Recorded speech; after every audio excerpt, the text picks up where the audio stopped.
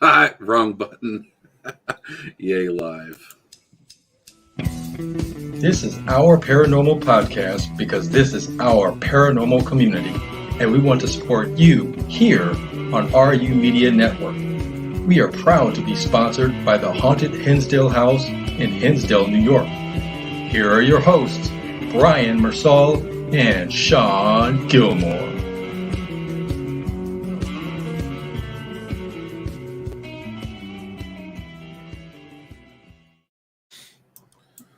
Welcome everybody to our paranormal podcast.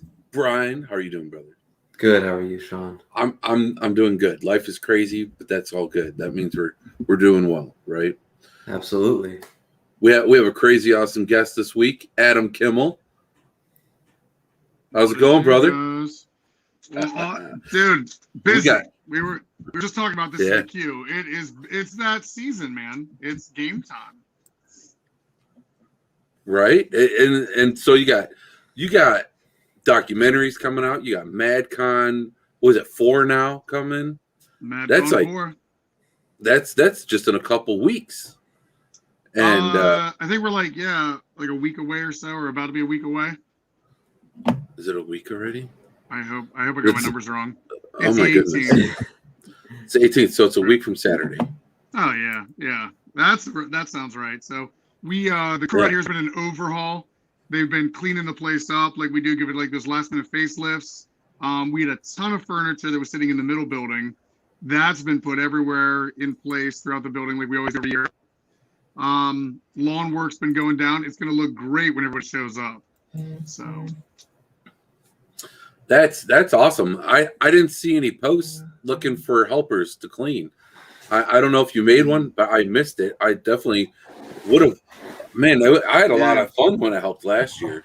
Yeah, the problem is we're sold out of every single day, and completely sold out. Like today, I think we sold out all of September here at Madison, and prior to that, we only had 3 days, and it was really hard to coordinate a day for everyone to help. So it's only been getting busier. Like last year, we had way more time to prepare, but yeah, dude, it's gonna get wild, real wild here. Wow, and you are releasing your newest project's first documentary from the Masked. I'm sorry, I didn't write that down. Masked Project Media. Masked Project Media, yes. So how this all happened, and we got a lot of topics to cover from Madison to Fairfield to that little project. The Gateway Boys, they merged with Matt Warner and Steve Brock, and they were like, hey, we'd really love to do a documentary at Madison, try to put like a new light on it, put some spin on it, and we were going to do that. And it was all last minute. Casey came up with this idea, let's wear masks. And I was like, I was going with the ride because I really enjoyed the project being put together and all that, but it was to create a little bit of stir that something new was going down. And I think you're really going to enjoy the documentary. It's a pretty cool spin. And we'll be showing a preview of that, or like a premiere, right at MadCon. And then shortly after this, it will be going up on Amazon Prime. That's cool. That's real cool. I mean, I like the kind of the premise of what you guys are going for, though. Now, the Project Masked Media Facebook page, they have, you guys have a really cool picture. Who is this? Is this your son or is this Easton? This is Easton? Easton Musgrove. Right there. Yeah, look Check how cool that that out. was the shots. Mm-hmm. Fioli took that shot during FCI Con 1, and they use this little promo here for the stuff. So I think it's really cool. Our new shirt design's based on it. Every year we do something new and wild, so we figured let's go with the mask this year. It's pretty cool. That's really cool. I mean, who does the editing for the Project Masked Media? Like when the first teaser that came out, when the Masked Media came out, I want to know who edited that video, because when I first saw that, real quick, I just want to say, I first watched that. I'm like, why does it look like Eric McGill had something to do with this? Right. Did he have his fingers in that at all, or am I giving someone a huge compliment? giving someone a huge compliment. Matthew Fioli. Really? One of the things is, and you know this with Eric, in the underground, there's a lot of talent out there, a lot of people that know how to edit, and you need that. If you're going to go something to the next level, you need to be able to edit what you investigate, what you're filming. And, I had seen Matt's work with Gateway prior to this, and it's very good stuff. And you get better as you go. Look at all of our beginning stuff, but I noticed a trend in some of their documentaries. I'm like, dude, these guys are trying hard. Like they're putting the work in, and it's not easy. Like it really isn't. You don't have your own production team, and you're putting the hours in. Like I could see the artistry in it, and we paired up with them last year, obviously, for MadCon and stuff, and then we got together to do this project. So him and I both directed it. He produced, and like I said, it's pretty cool. It's really good, nice. Very good shots and stuff for B-roll and all that stuff for the place. But for those who do not know Eric McGill with Activision and all that, he has helped with Resident Dead. The dude is amazing with production and B-roll and just taking the time to get a shot. And Fioli's the same way, Yeah, it's in. I saw that. I was like, "Why does it look?" I don't know. I had an Eric McGill feel. Yeah. Yeah. So I was like, and I asked Eric. Of course, I did. And I'm like, "Did you? Did you?" He's like, "No, that wasn't me." And but then Adam Kimmel pops up as being one of the members. I was like, "Oh no, Eric did that. He was messing." It was an inside job. So. But that's so cool, man. I mean, they definitely. We had those guys on the show. They're definitely very talented, and their approach to investigating, they definitely bring it to a spiritual level, and they bring it to a whole nother level. I'm really excited to see what you guys all do together, because you get the Adam Kimmel Resident Undead mixing with them. That's freaking. That's an all-star freaking showdown right there, man. You hit it right on the dot. It was taking some of these, players and stirring them, because we all have different tactics. We even say that, you'll get to hear some of that in there, discussing that we don't all investigate the same way. We all have our own respectable paths, and that's awesome. And that's what's really cool about this. Mix all of them into the pot, see what happens. It's very interesting. Yeah. I'm excited. What can we expect without giving away too much? What can we expect from this? Well, I will say, night 2, was it night 3? Investigated a few nights. I think it was night 2. A lot of camera failures, and I am convinced now that the dead can cause this. Like they drain the energy when you need this to be working. And what happened towards the end of this documentary is just ridiculous. The camera failures and the activity was just ramping up. You've both been to Madison. Madison. Oh, yeah. How Madison is. Madison will trick you. You know what I mean? Like you may think you're having a slow night, and then all of a sudden, man, that stuff just ramps. So, but yeah, so it's something to look forward to, especially the ending. And sometimes we've got to roll with it, and it's fun. It still looks good, but man, the failures at the end, like the technical failures, I know that had something to do with the paranormal, because it just doesn't happen like that. Not at a systematic level across. So. Well, now you own Madison Seminary, and you also own Fairfield. So and we can, and we can you jump manage. To Fairfield. Yeah, let's jump to Fairfield now. Real quick before we jump too deep into these individual locations, you've obviously slept in these buildings, I'm sure. Yes. You've experienced these buildings. You get to know each of these buildings. What is it like? Because looking at it, try and put yourself in my shoes or Brian's shoes. How would you explain what it's like to actually get to know these buildings and sleep in these buildings whenever you want, and just really getting to know that, because these buildings have personalities. Yeah. Oh my What's God, it? What's it like? Well, it's a great question you asked that, and to give you a very honest answer, I don't have a choice. I have to understand them. You know what I mean? Teams can come in. You got one night. Right? You're like, I can do this one night or so. I have to do it. I have to understand, because people are going to ask me, what's this building like? So you got to understand the flavor of the haunting. And in the beginning, I pushed myself to stay inside the infirmary, and do the late nights in there, working alone, sleeping in there. Not as much as I did in Madison, because Fairfield County Infirmary has a weird, darker kind of energy to it.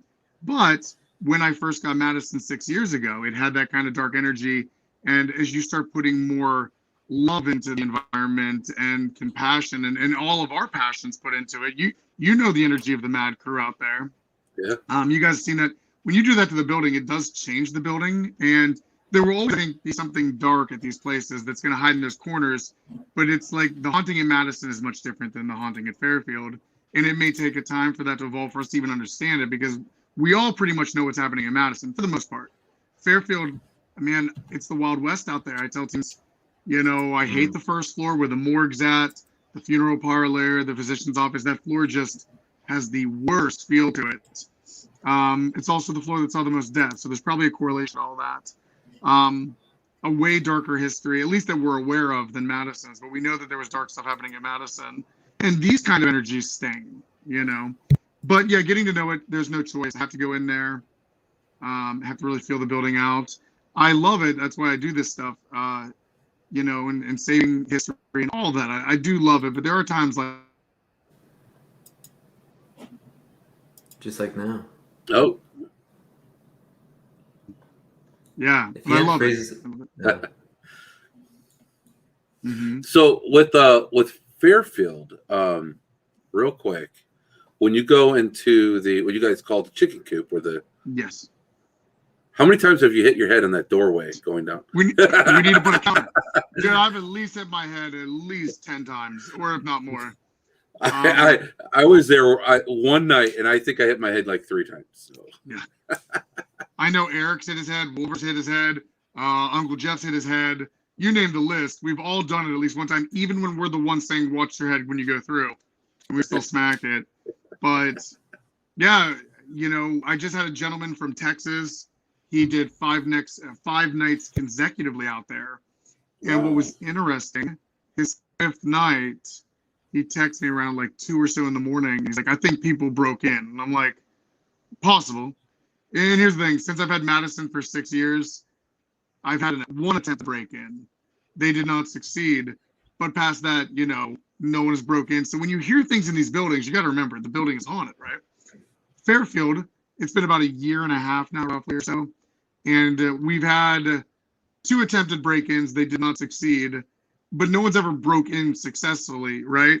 And he's yelling through the basement. He's on the 1st floor, and he's like, I'm calling the cops.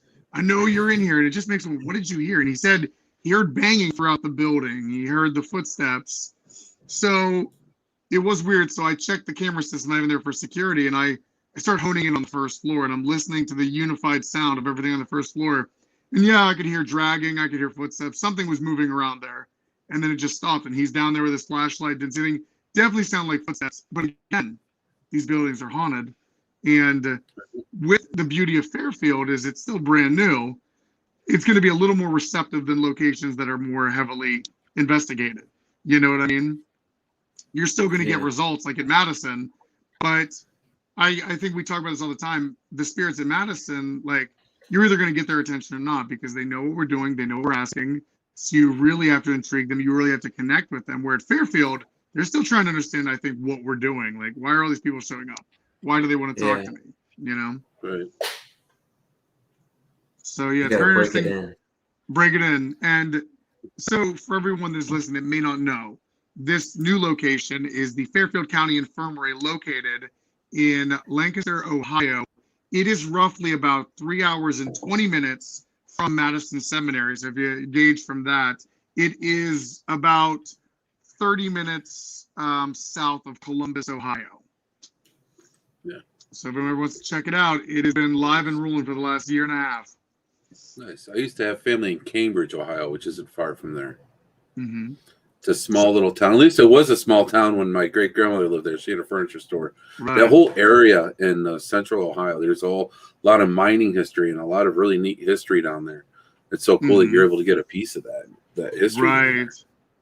Now, Right. real quick, Casey Boatwright. Oops, the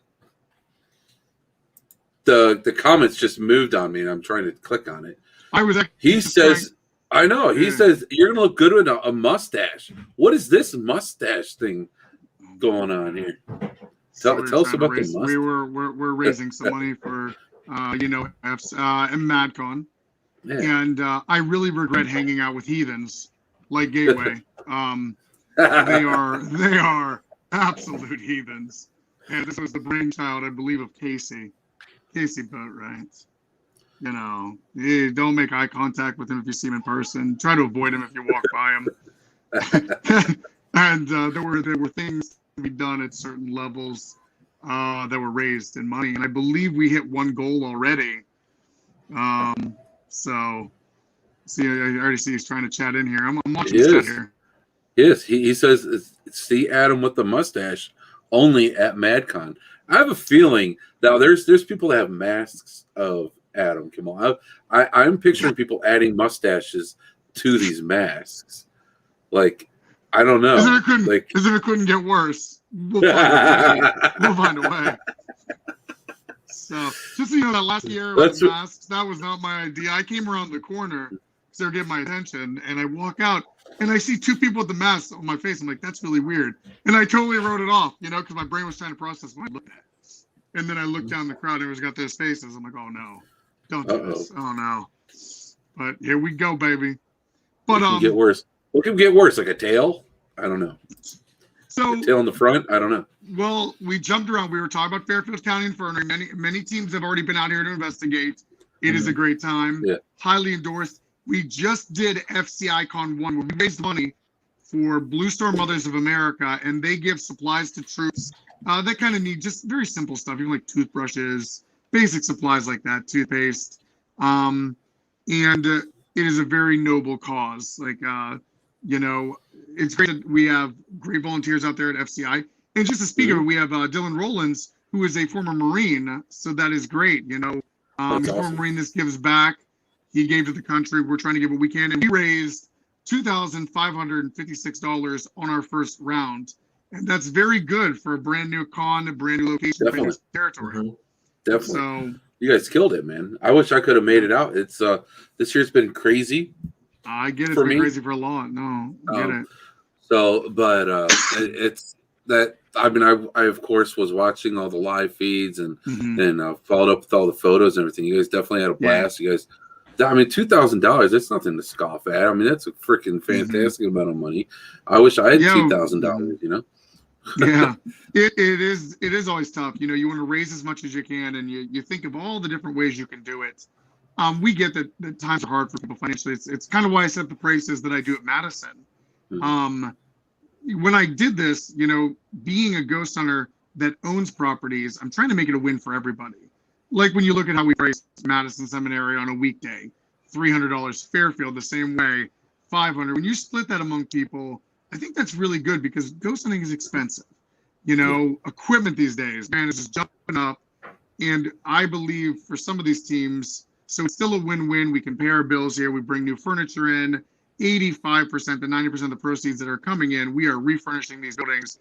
But at the same time, can we give a good price for teams? And like at Madison tonight, we have a team down from North Carolina, awesome guys. And they were talking about how great the pricing was. You know, we hear that all the time. And you know, for the amount of time that is given, 11 hours, you know, this is the way I look at it. I'm trying to help this field as much as I can.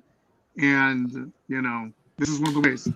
But coming from FCICon, which was a massive success, we at MadCon 1 last year raised over $10,000. So the bar has been raised pretty high here for this one. So we're going to see what we can do. But we do have a lot of things to offer for people watching. There's a lot of prizes. I know we have like 2 music boxes. We have an SP11 donated by Melissa. Peggy did the other one.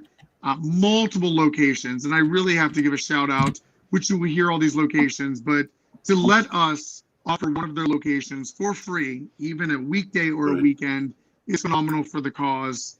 And there are a lot of locations. You guys know, you know, you've seen what is in those raffle baskets. I think last year we had over 20 locations, maybe even more. There were jars everywhere. I know we had the Conjuring House, big name hitters. It will happen again. And that's one of the big things that helps us raise all this money for cystic fibrosis. So we're getting it. We're doing great things then on that front. So boom. This is the MadCon 4 Facebook event page, and you guys have listed all the locations here. Is it listed? Yes. Addie's put that together. Yep. Yep. I mean, this is amazing. And it's so great. I mean, when I did my fundraiser, it's just so great to see how the paranormal community comes out, and to really reach out. I mean, I know. I mean, this cause for the MadCon goes to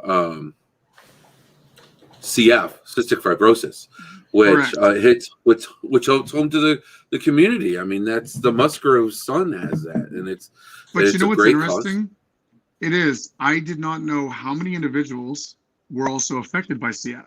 Yeah. We've had multiple teams come in and they thank us. Thank you. I have a cousin who has CF. I have a family friend who has CF. I didn't realize how widespread it was. And it was about 9 years ago when I started working with Chris, about 9-10 years. I went down to Winchester, Indiana to meet Chris for the first time. Well, stay with him at his house. We'd already filmed a few times, and it was easier to stay at his house. They never told me about Easton. So I watched him having to put the vest on, the shaking vest that clears the mucus. And, you know, there's a lot that goes into it behind the scenes. And if you don't know this, like it's a lot. And the research has come a long way. And I even said to Chris, whatever I can do to help. And this is like a decade ago. But I wasn't in an ability to make the money to help. Then I decided to use the properties, or especially Madison, as a catalyst. And like I said, I think when you put all of the raised money together, we're close to 17,000. Wow. We will easily clear 20,000 after this event as a whole. Yeah. I just don't know, we'll see. I always think it's a good turnout on that. But yes, so to everybody, we will continue to try and find a cure. The best we can do is keep throwing money to the people that need to continue this research. That's what they need.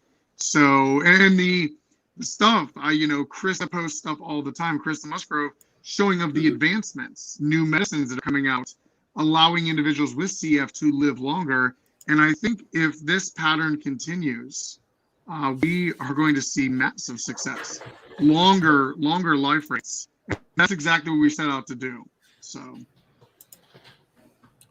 and that's awesome. I mean, it's so hard. I mean, I grew up with my mom having multiple sclerosis, and when you have anyone that's close to you and you watch them struggle, and it's hard, and to have a child, or it's.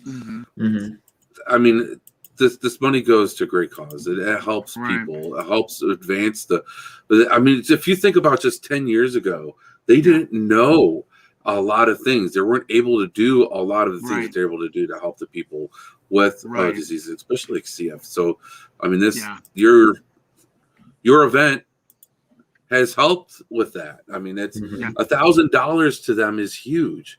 So when you're talking, everything counts. Yeah. So it's amazing. And so when you guys bring in all that money, it's so amazing. And it's great that you guys are able to do that.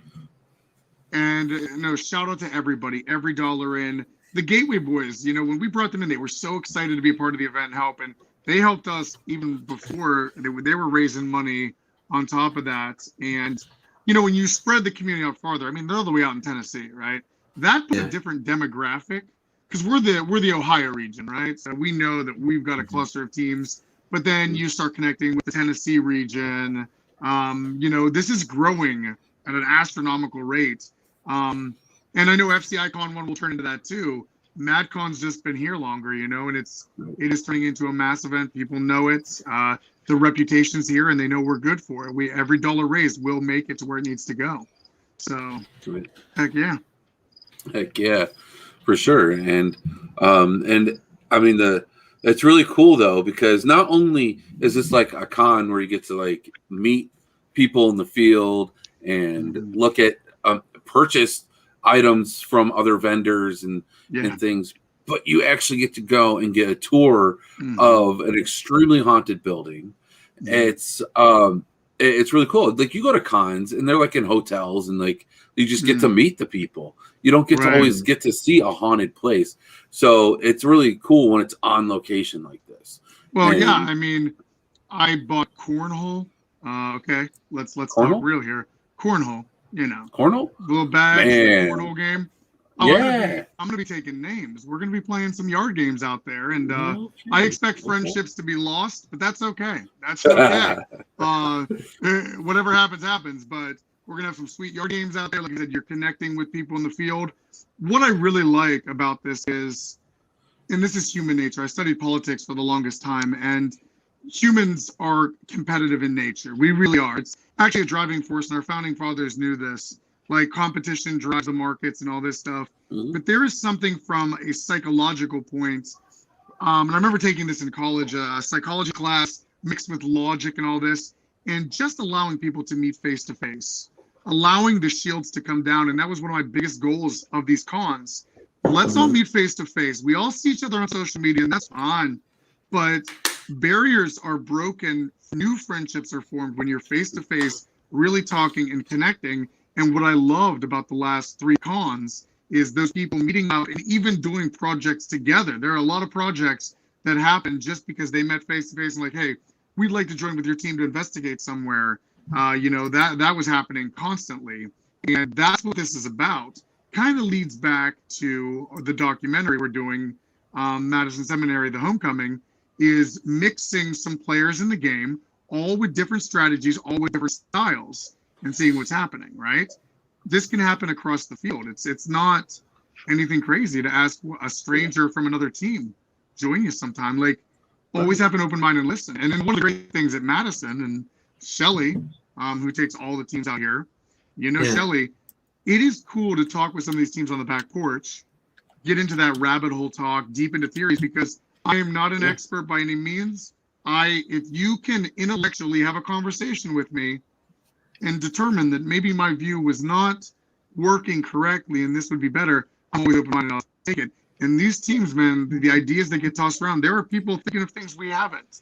And there's stuff we introduced to them that they never thought, and we're only increasing the level of expertise in the field by exchanging these ideas. So, definitely. Now, again, the cons are the same way. You had mentioned cornhole. You mentioned field games. Yes, will there be demon shuffleboard? Speaking of that, we have a new clothing line coming out that will pertain to this. Breakout clothing line. And if people would like to see the legendary demon board, they can. It's a portal. Be careful. Don't step directly on it. Know your runes. So. Yeah, but I want one of the cornhole boards to have a shuffleboard on it. To have it on there, I think we can. For everyone listening, I'm quite sure everyone that's listening here has either come to Mad Con or is very familiar with how it is. But in case there's someone who isn't, it's a great event. Many vendors this year. We have more vendors than ever. I just told Addie, just send it. It started to be a certain number. Just people want to come. We have the property to set up for it. And tours will be going on nonstop. Nice. And that's like, see, until about, I think the last tour goes out at 3, you get back at 4, and that's because we got to start announcing all these raffles and winners, because that takes a process. There's so many prizes to announce. So you get the tour, you get to meet fellow investigators. We have food there. My mom is going to have a station. She'll be cooking food. You will be able to grab your MadCon 4 limited edition shirts. That money goes towards the process. There's going to be people doing lives everywhere. It's just a great time. It is like the biggest reunion of the paranormal. And at the end, we will all come together and we will show the check of how much we raised. And we will send a message out there that when we work together, this is what happens. And it has happened 3 consecutive years in a row. And here we are. We're going to do it again. So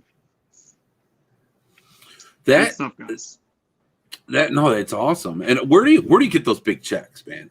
Like, where do you make that? No and yes now. So the more we do this, we figure out how to save money, right? Because the more money we save, the more money we promote for CF. Those checks were costing me like $70 because I didn't know where you could get them, and we would get them from Pittsburgh. And I remember Minuteman Press was making them. And nothing against Minuteman Press, their work's amazing. But again, we need to save money to put more towards the cost. We don't want to be spending all the money into these props and things like that. So Addy this year, we put out, an Amazon wish list of these Amazon checks. And there were people, shout out to these people that did the wish list, helped us get these things in set up. And we can now make our checks on location, which saves us, that's another Really? 50 some dollars going towards cystic fibrosis. So yes, that's Amazon has them. We just have to put some cardboard behind to reinforce them. And again, let's save the money. We're only showing the check once. It's only once. Yeah. It only needs to be able to last one time. Send out the message of what's raised, and we're good. Right. So. Right. Take a photo and then it lasts forever. You're good. Bang. That's right. Or take a video. You know how we do it. They'll be filming everywhere. So wear your nicest shirts. There'll be drones in the sky. There'll be phones filming. There'll be cameras, so get ready. Yep. You're going to be in somebody's photo or someone's live feed. It's bound to happen. Inevitable. Yeah. If you're on 6769, you're in someone's photo. So. You know what? It's seriously, it's like going, it's better than going to like a school reunion because you actually want to see the people. You actually have fun talking to people. This is better than screen. It's so much fun, man. It's like a family reunion. It's like when you're, it's like, I don't know, like a block party, but a paranormal block party, So it's a lot of fun, and the monies goes to an awesome cause, and the prizes are freaking fantastic, man. I'm very impressed with the prizes. I was so mad I didn't get that long gone dead doll. Look at that. Yeah. My wife ended up giving me one for Father's Day because I came up like, damn it, dude. Shout out to Terry Long. Heck yeah. Licking County Jail. She's got a company known as Long Gone Dolls. And her work is phenomenal. It is. She has every year given a donation that friendships will be lost over because people fight. They throw their tickets in that and they're like, they want those dolls. And I get it. Her work is beyond and above. But talking about, the social gathering and how awesome it is. Trust me, I've talked with Addy. Like, how can we make this better? Because I wish we could make it like a 3-day event. I really could, because it would just be awesome to hang out with everybody. That is the doll. That is the doll from Long Gone Dolls that your wife got to. Yes. See, there's that's the proof that's Long Gone, official Long Gone doll, official Terry Long exclusive. Well, you better keep that tag on it, because in 100 years, when they're doing the Antique Roadshow, and one of your grandkids are trying to get the amount of money for that doll, better have that tag on it, because that's going to be $1 million doll right there. I know, and they're probably going to be scared of it when they first see it, but that's cool. That's the whole point of it, right? It's a family heirloom. Hold on to this. Right. But so we've covered MadCon 4. We've covered FCICon 1. We've talked about Madison Seminary. Everybody knows about Madison Seminary. Very established. We did cover Fairfield County Infirmary, and just so everybody knows, there were a few teams that were like, we didn't know this was out there, and it does take a while to get the beacon out, but yes, the Fairfield County Infirmary in Lancaster, Ohio is open. Reservations are in. We are pretty much sold out for the year already. It always slows down in the winter. We will be opening up dates for 2022 for both locations, along with our partnered property, the Indiana State Sanatorium. And why don't we just jump into that? I don't think we have covered this, right? Yeah. Hold on. Before we get into Indiana, yes, I want to know, has anyone else brought up the woman in the tub? Where are we at Fairfield? Fairfield. We have. It's in the bathroom. There's a tub in the back wall of. I think it's a woman's bathroom. Yes. There's a woman in that tub. I feel her there. Yeah, and those would have been the women's bathrooms too. So, yeah. I'm trying to remember when Becca was there, what she picked up on, because we were investigating with Dylan and Amanda Rollins. They are our main tour guides out there. And we were walking around. I think we were walking around with their new box. Jeff had made them an incredible box. And I remember Becca was sitting in that tub, and I'm just trying to remember what she said. But yes, the energies there that are staying, yeah, they're interesting. I think Becca really could pick out something like that. So real quick, I've been distracted. This is Fairfield right here. Mm-hmm. Beautiful building. There's even more buildings. There's buses. The buses have an awesome history, right? Yeah. Oh, I don't have a picture of the buses, but if anyone watches the TV show American Horror Story, the clown buses, the buses that the clown lived in, right? Freak Show. It's from the Freak Show series, Twisty. And I'm sorry, I should have brought that up. When people are doing flashlight tours, what I hit them with right when they show up is talking about all the unmarked graves throughout the property, the 6 acres. Right. And then, like, you see those 2 buses over there. Those are from Freak Show. They are authentic. And if anyone wants to double check this work, I'm more than glad to say, go to Google and type in American Horror Story Freak Show buses, Twisty's buses or whatever, and it will show pictures at the infirmary of those buses to confirm it. What happened was the former ownership, when they used to do their haunted house out there, they knew somebody that, was going to donate it to property, and it's there. It is a part of the property, and it is authentic. I think they came from California. It was somewhere far. They brought them right off set. There are 2 buses. Now, people are like, why are there 2 buses?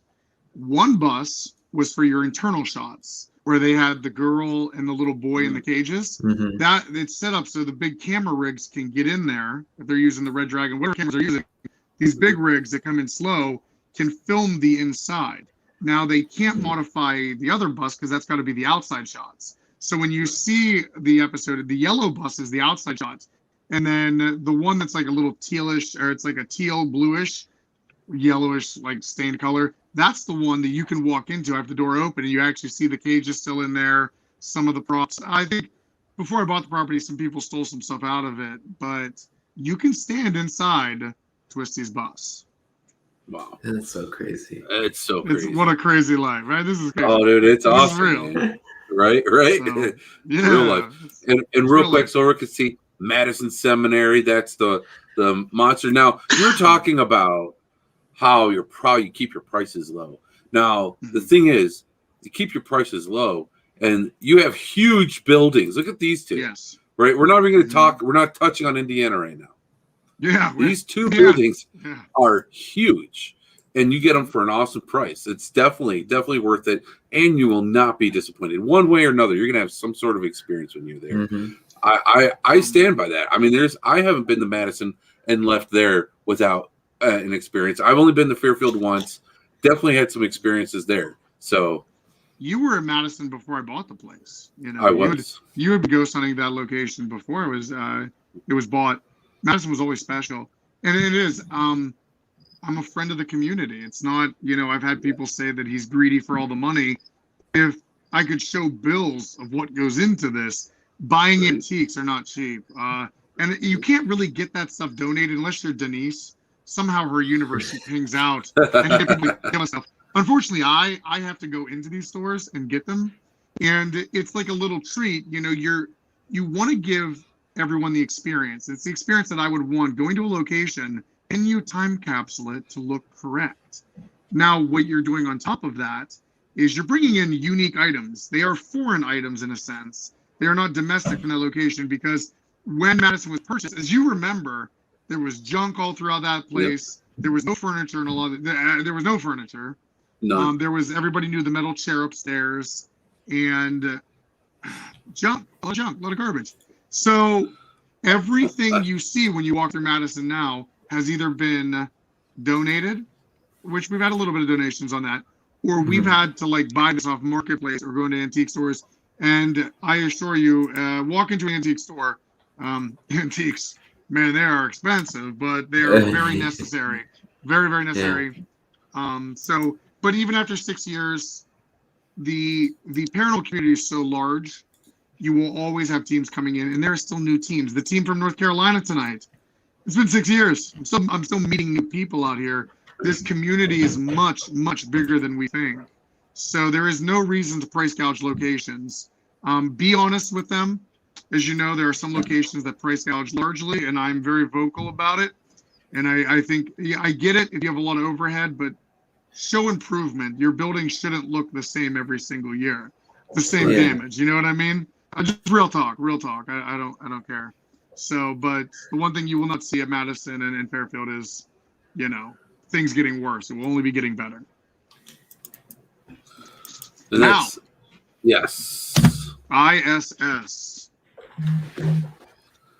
The Indiana State ISS, in-school Sanatorium. suspension. Oh, wait, I'm sorry. I had a Or flashback. that. I'm kidding. Huh. So, Indiana, this place.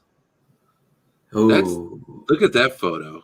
I believe this is a map field. that's a beautiful photo. That is by the way. that is a Fioli picture, but that what you're looking at is the Adams Hall of Lee Allen Bryant's facility. It's a 5-story. I think I even said 6 stories. I can't even fathom the size of this. It's actually I count 6 stories because you could be on the. I've been on the roof before. That's floor, but it is a massive property. 5 stories and go ahead. Can I do something real quick? Yes. This is Google Earth. This is the There you property show me right how- here. 200 sits on 200 acres. Look at that. Jeez. Yeah, that's- Jeez. So here it is. It's huge. So this is the building right here, the photos of, right? Yeah. And then you have all this. So Is all of this open for investigation? Yes. So Wow. Addie Gaddis and myself went out there to negotiate this, and the pricing was established by us, and we're trying to make it as friendly as possible because we know this juggernaut can compete with Trans-Allegheny Lunatic Asylum. It can compete with Waverly Hills. This thing is massive. You're 3 structures. Now, yeah, if you want to freeze right there, okay, keep it right there. To the left, that is the old tuberculosis office. There's the admin to when it was a tuberculosis hospital. To the right of it, it actually connects to the nursing home. So once you're in one structure, you can navigate through all structures, but trust me, it gets confusing. You'll actually think you never left the TB wards there. There you go. You can actually see where it connects from that. That structure. I see Then that. it goes into the nursing home, which is that cross-like structure. And then as we move to the right, upper right, that will eventually breach into the Adams Hall, the Lee Allen Bryant 5-story structure. Is that where the assure you- pictures were found in the Yes. documentary? Yes. Ugh. Now here's what's crazy. That place has been shut down for 10 years, and we had a lot of people saying, "Oh, you faked that. That was brought in. Those pictures." No. For when we walked through that property, it is eerie. First off, how a building can deteriorate so quickly in 10 years, but how some things are so perfectly preserved. Furniture in some areas look like, man, this facility, you can just sit in it now and it's good. Then you go to another room and it's completely just destroyed. The room that we found the drawings in that Becca and I were looking at, the windows were sealed. It's perfectly airtight. The air is like just no movement in there. And there were a lot of things still in great condition. You could go through other rooms. You can still see calendars in great condition. You go into other rooms, the calendars are a little waterlogged. But yeah, there's a lot of hidden treasures. And just recently, I did see a post from Christian Webb. He's done a lot of work out there. Great kid. They recently found a morgue, and it was blocked off. They were not aware of this. We knew there had to be a morgue there. But yeah, as Addie just posted, 7 buildings total, because you do have the powerhouse, things like that. That's insane. And there are bungalows or ranch-style houses for teams to rent, or you can rent individual rooms in the commercial building, which there's a whole other building that's not even on that map that was constructed, I believe, in 2006, 2007-ish, and very modern facility, nice rooms. You can crash them. They charge roughly, I think it's like $40 a night. The bigger ones are a little bit more. But when you do message in, you will get Addie. Addie handles the management of all 3 locations, and she will help you. So Just found Polaroids of abuse in the morgue 2 days ago. All right. See, I need to get out there. This place is crazy, guys. We just did an RU episode out there.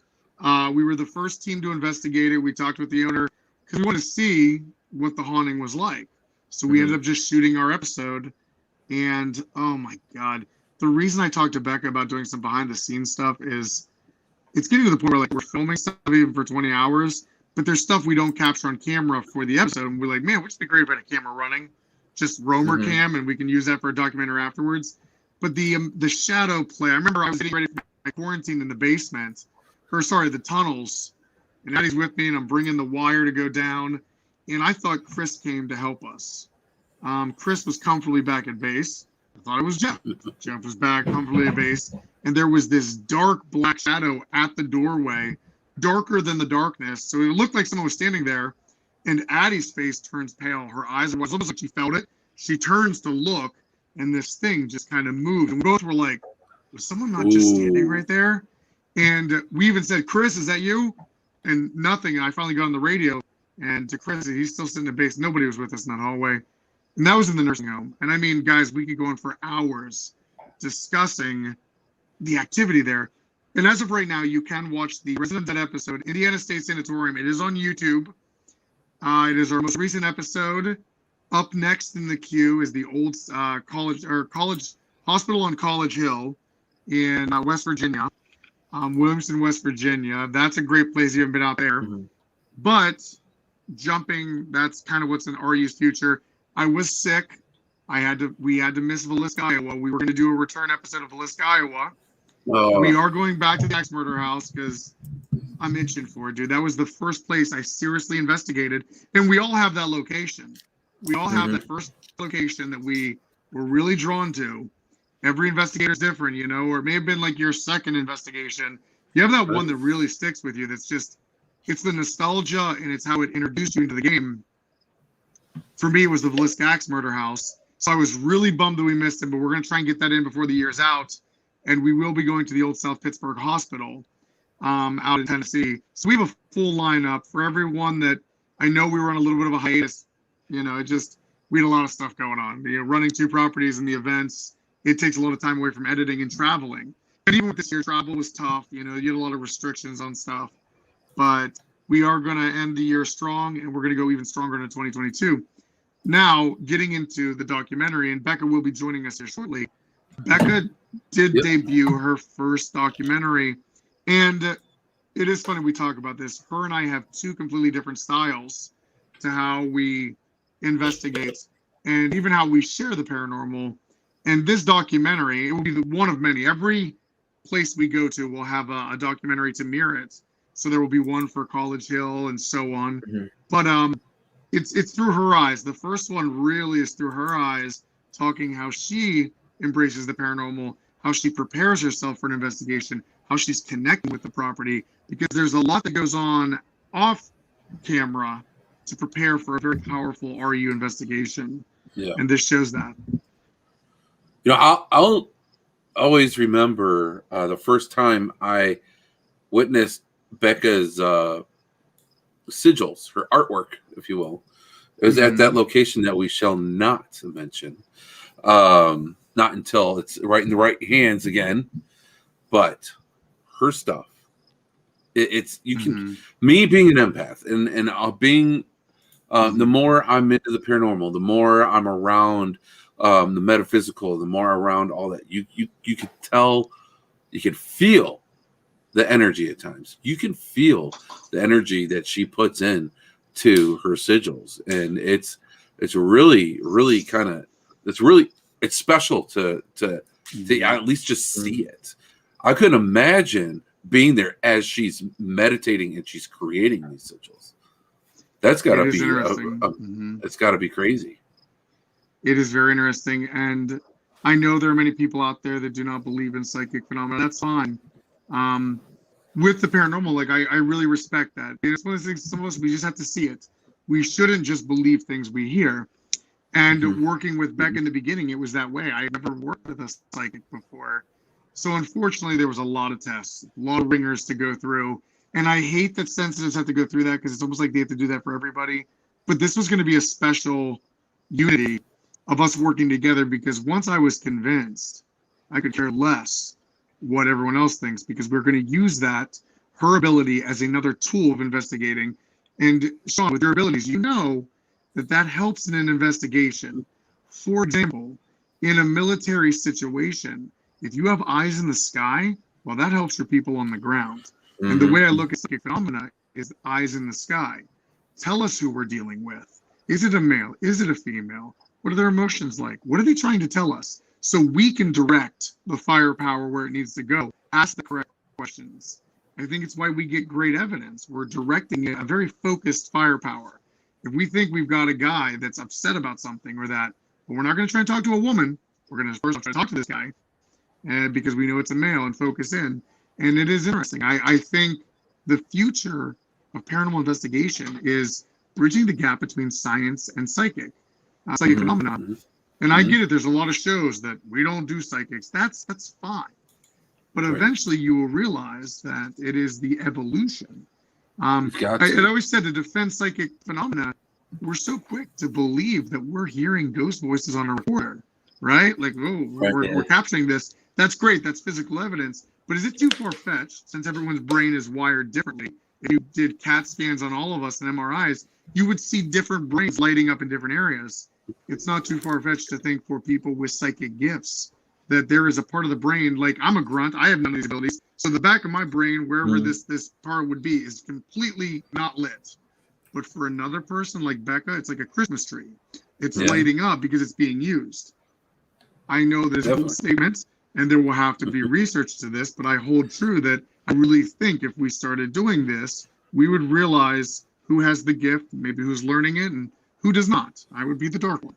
So I honestly think I remember when I first got it, when I first learned I was shown that I was an empath. I was taught that everyone has the gift. It's just a matter of who's able to open up to it. Yes. And you know what? I don't think that that's wrong. I've met certain people who swear up and down they don't have a gift, but yet they'll be like, I just capture an EVP, and then they'll play an EVP. So it's like, I think that we do. It's just a matter of being open to it and learning to be open to it. And I think that we're programmed. For some reason, the powers that be don't want us to be tapped into this part of it. There's a big part of we don't know. We don't understand. Yes. And a lot of it is because it's been blocked out for so many centuries. So once people get more and more open to it, then it's going to open a whole nother open Pandora's box for not just people in the paranormal or in the supernatural communities or the psychic communities. It's going to be everybody, and it's going to be quite the awakening, I think, for people. I don't see, for me, you have to include psychic phenomena into the paranormal because it's part of it. It's all part of what connects us to everything, I think. Here's so I'm right with you on let's get deep, guys. We're all friends. I know we've all talked, everybody here. We've all had our back porch talks, our rabbit hole talk.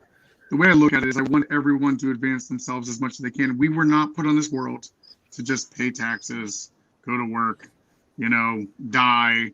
You know what I mean? There is more to this world than we think. Like, you step outside of that. I know we are the smartest creature in the world. The dolphins are up there, right? But we are the smartest. And to think about that, we can use our brains probably more. Oh my God. I think I walked in while you're comparing us to dolphins. Look at this. Is that? Whoa. I started talking about psychic phenomena. Look what just appeared out of like. Oh my gosh. Don't be dramatic. So she's going to jump on here in a second. But if you actually just live your life being as open-minded as you can, think about it. Like, there are things that are suppressed that, we're not taught, like psychic phenomena and things like that. You're taught like, oh, that's just all imaginary. But if you were allowing your brain to fully take all this on, I think things would be very interesting. So, definitely. So you guys are switching places? Well, we have one headset because I know, so I'm gonna let her jump in here for a second. She can talk about the depth of the documentary, some anything. Yeah. Anything you name it, she can do it. So well, you could jump in if you wanted to do it separate, but you have to get in. And I'll be right back. I guess. Oh. I don't know. Maybe. You can use my phone if you want. Hello. Well, hi, Becca. How's it going? Oh my goodness! Hello. Hi. Oh my gosh, it looks kind of funny. These bees kind of mess up my outfit, but that's okay. They're like big, like bowls on your ears. I know. Those are big headphones. Oh my goodness! I bet you hear really well. I kind of. Penny would like to say hi. Yeah, hi. Oh, look at the That's puppy. Penny. That's Penny. She doesn't like it whenever I leave her side. Come on. Come on That's up. okay. We're dog friendly here. Oh, good. Good. All right. Well, hello. How's it going? Hi, Hi. good. Oh, there are comments. Hello. There are lots of comments. Everybody's happy to see you and Penny. Oh my So- gosh. Hi, everybody. All my love. I feel like I haven't done one of these in probably over a year. So here I am. Hi. Here you are. Here you are. It's always so good to see you back then. It really You is. too. I'll be seeing you at MagCon, right? I'm planning on being there. It's gonna be tough, but I'm planning on being there. My son has baseball and stuff, but I'm gonna do my best. If not, I'll definitely make myself known one way or another. Oh, So good. so yeah, it's this year is just so crazy. Just like at home, and there's so many changes. This is like just so much going on. It's been really rough. But it's just so cool to see everything that you guys do, and the projects you guys put together, and everything. So Brian's gonna be right back. He just kind of stepped off. So I have a feeling that you're gonna get to be a part of his special segment, which usually is about Nowish. So it's fun. You'll like it. You'll really like it. Oh my gosh. Well, hopefully it's not improv because that's not my my specialty, but I'm willing to try. It's just he just asks questions. Like, Oh, cool. that's all. It's Okay. just fun. I'm into it. It's just a fun thing. I want to talk to you about. Oh, here's Brian. I want to talk to you real quick though about. Hi. Sorry. That's all right. About the documentary. I just watched it.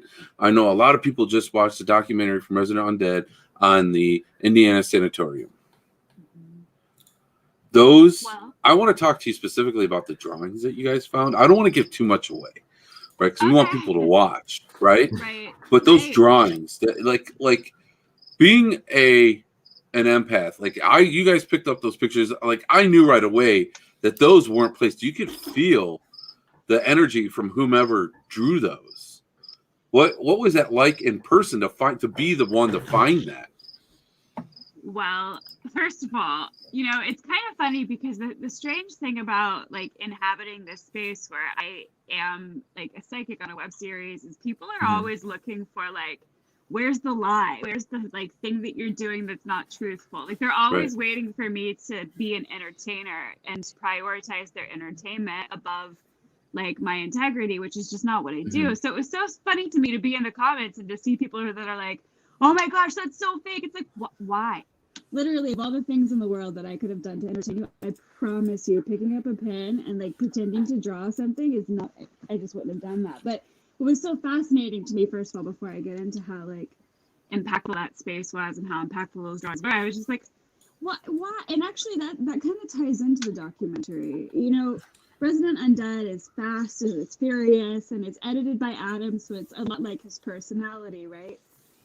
So as a professional creative and as somebody who's like, grown up on RU and has changed a lot from the beginning of the series, it became really important to me to frame what we do in a way that felt like it was my voice instead of Adam's voice is amazing. It's, that the way that he makes an episode great. It's amazing. It's entertaining. It's his perspective on what it is to ghost hunt.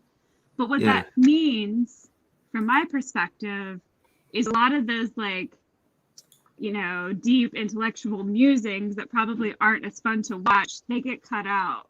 But they're really important to me because I feel like they characterize what I do in a different way.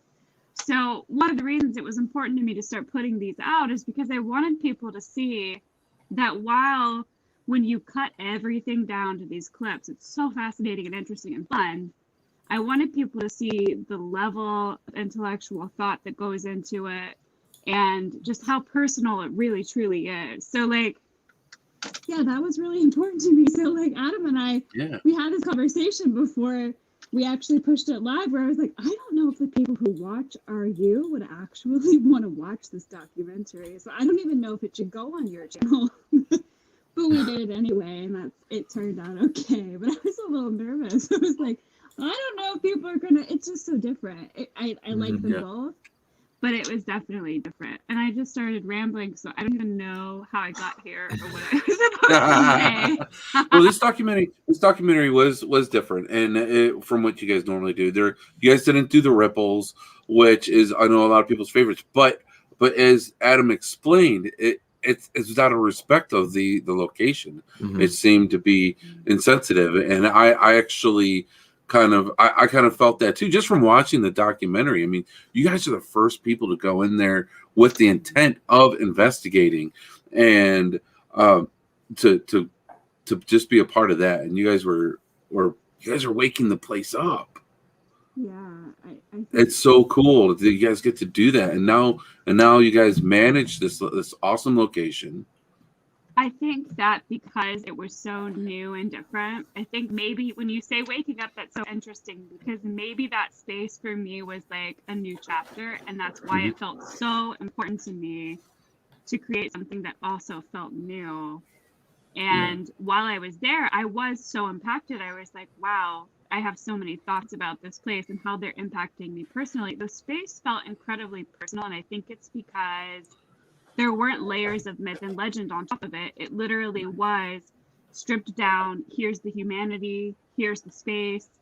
Now you're walking into places where literally, like, one of the first things I saw when I walked into the cafeteria, and there was a milk carton on the ground in this cafeteria that looks like it hadn't, I mean, like, the ceiling's falling in, right? But there's an open milk carton that someone looks like they just took a drink out of and set there. Like, there's so many things like that in that space. So when you say waking up, it's so true. It's like incredibly apocalyptic, and I think also just very sad, because I think as ghost hunters and as people who go to these places that are allegedly haunted, I think it's easy to get like really swept up into the mythology and into the legends.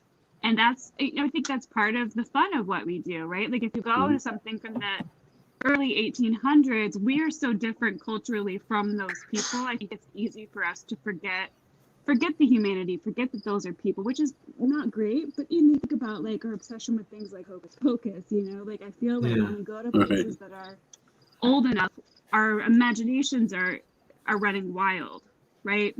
Yeah. But if you go to a place like India State, where those people are from our culture, they're from our time period, and they're suffering with things that we can relate to because we understand them, it's a whole new level of investigation and heart-wrenching. And it like we were talking about the ripples, it felt really, not that the ripples have a place and they have a time and a place, but it really felt like it just didn't feel right in this place. You know what I mean? Yeah. Well, maybe I know you guys will do more. I know you guys.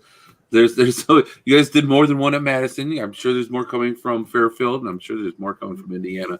So I'm sure that one day it'll feel right, and you guys are going to do awesome with that.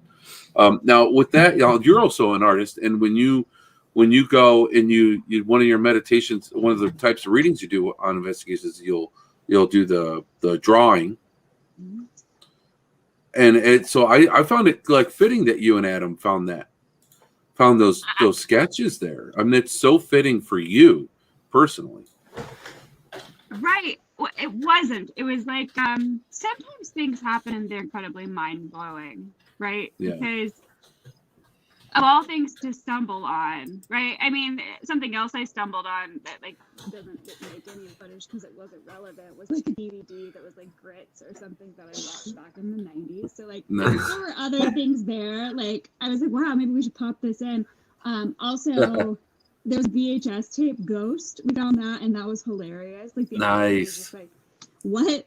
But the art, yes, because as an artist, as a creative, I can tell you that whenever you put pen to paper, it comes from a different part of you. Like not even as somebody who does like who spent her 20s doing psychic channeling that became incredibly controversial. Like, even if it was just a regular artist who's not doing all that mediumship stuff, like, it is an incredibly personal thing to just pour your soul out onto paper. It's coming directly from your mind. It's not filtered through what you think other people should think or know about you. It's just like, literally, this is me, and I'm putting it all out there. So yeah,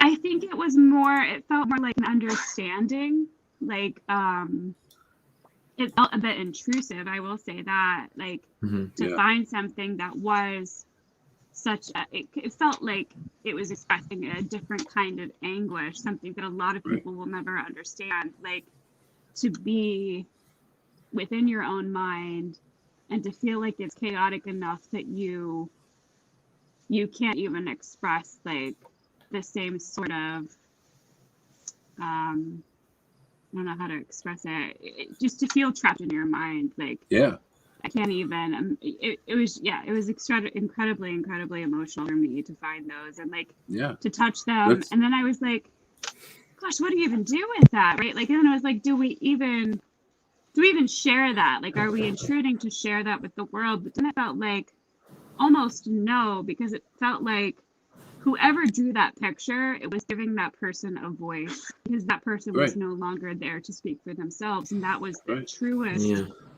form of something we could share. I always say, for like, when I tell my kids, like, if you're going through something, you're not always going to want to come to me. I'm your dad, right? But you have to have a release. It doesn't matter if it's writing a letter, if it's writing a poem, or if it's drawing a picture. It doesn't even matter how good the drawing is. You're releasing it onto that paper. Then what you do with that is entirely up to you. You can keep it, you can burn it, you could throw it away. It doesn't matter. You're releasing that onto that paper, and that's letting go. And you've got to do that. You've got to do that. If I didn't have my sketch pad when I was in high school, I don't know if I'd be here. I'm just being completely honest with you. I needed that release. And it's so important, and that's what that person was doing. They were putting their release, and you found that release. I think that's really special, and it's a part of that room. You guys should maybe get, like, a couple of those framed and hang up in that room. Make it a special thing. I have to talk to Addie to see if they are still. Yeah, I think you're right. I think that it would be like some dollar store frames, just like so that they're there, and then people know what this person was feeling in the room. I mean, at least the sensitives will. Wouldn't it be interesting, though, I'm thinking a lot about something like this. Wouldn't it be interesting? So you have this artwork, you have these drawings of this person who was at some time a patient in this space. You have those. Wouldn't it be interesting if artists like me and you came and we left our own expressions with those expressions? Like, what would that do? Like, starting a conversation between, like, artists who, like, I was here. If you pay attention to the last, like, couple of episodes, you'll see more of that. Like, when we went to Saratoga, I left my, like, I was here drawing on the wall, and it was expressing what we were doing in the space, and, like, the way that I communicate and the way that I express what I'm thinking and feeling and how I'm interpreting what I am experiencing. I left that at Saratoga, but wouldn't it be interesting if at a place like Indiana State that became a conversation for all of us artists? Because I think that it's really common for people who are paranormal investigators to have some sort of artistic outlet like that. Wouldn't that be neat? I love that idea. I really love that. Get like, leave, like, you can get, like, printer paper for, like, really cheap. So people it's like a pencil, and you can, like, get, like, a bulletin board, because people like to leave their team names on chalkboards. And whenever there's a chalkboard on investigation, you always see team logos and other tags and stuff on there. Why not do that? Like, why not? I like that. You look at the pictures, and then you draw what you get, like, your next part of the story. It's kind of like, it's like when I was a kid, like, you go around the campfire and you, like, complete the next part of the story. Like, each person tells, like, a sentence of the story, but you're doing it through an image. I love that. We were already kind of doing it with when we take our cameras and our recorders and we go into these spaces. We're already kind of doing that, but it would be just another layer to that. It's funny that you focused in on the art so much. Actually, it makes sense, of course, as an artist, but I've been thinking a lot, actually, one of the reasons I did that documentary was to answer, you know, so many questions about, you know, who is Becca as a paranormal investigator, and to strip away, like, to both strip away a lot of the things that we already do, and to explain a lot of what created who I am and how I do what I do, right? So one of the first things that I included in the very beginning of the documentary is when you see me putting on my makeup, that was intentional, because I wanted to set a precedent of, here is me without my makeup on. Here's what created me. Here are the things that added up to why I do what I do.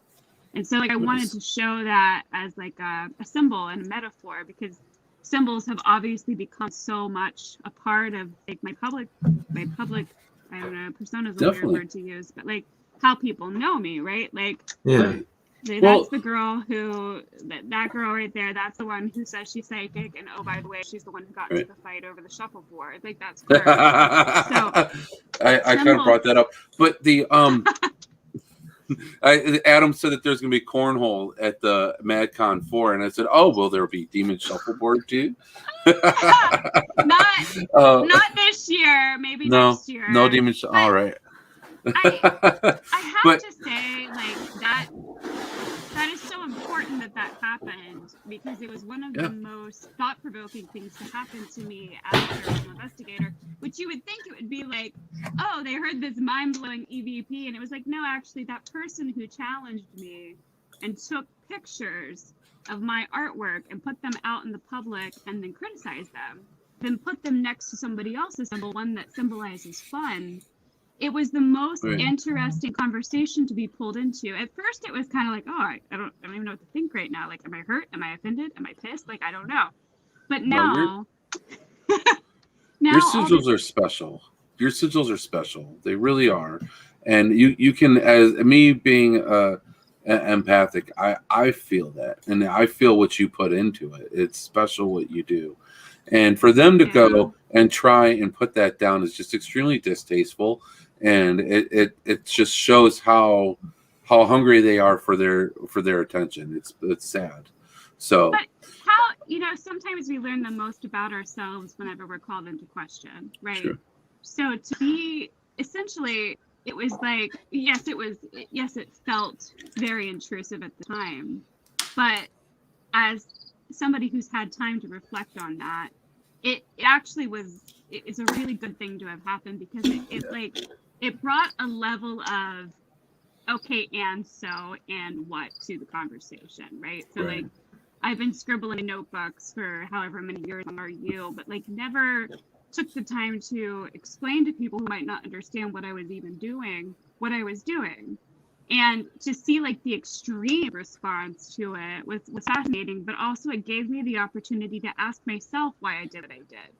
And to ask myself, like, is this something you want to continue to do? And why does it matter to you? Why are you just doing these symbols that confuse people, that resonate with some people and confuse other people? And then it gave me the opportunity to step back and be like, I do this because it feels right, because I am a creative, because I am an artist, because I am an intuitive. And it gave me the opportunity to look at myself and be like, do I really care what people think? And the answer is, interestingly, yes, I do, but not for the reasons that you might think. I do care what people think because I want to express myself in a way that matters. And maybe I don't care what the haters think, but by hearing the meanest response that I could possibly hear, it gave me the opportunity to stand up for myself and for other people and to learn. I mean, when you have conversations, like think about debate clubs. Important conversations happen whenever you meet your polar opposites, right? So I think it was just such an important conversation. So when you brought up the art, I was like, oh yeah. Art is so meaningful, and art, if it weren't meaningful, it wouldn't spark a debate, you know? Most definitely. So true. Now, you brought up people getting to know you and how you want people to get to know you. Resident Undead has another YouTube channel where it's kind of like you guys hanging out, where they can actually get to know you guys, right? Yeah. I haven't seen this channel plugged. I don't even have the link for it. but I know Okay. I've watched it. I know other people have watched it. Could you just kind of like tell us a little bit of? I'm going to go find that link real quick. And yeah, it's youtube.com/Resident Undead Documentary. youtube.com/Resident Undead Documentary. So my first. No, you can't hear what he's saying. Adam's trying to interrupt.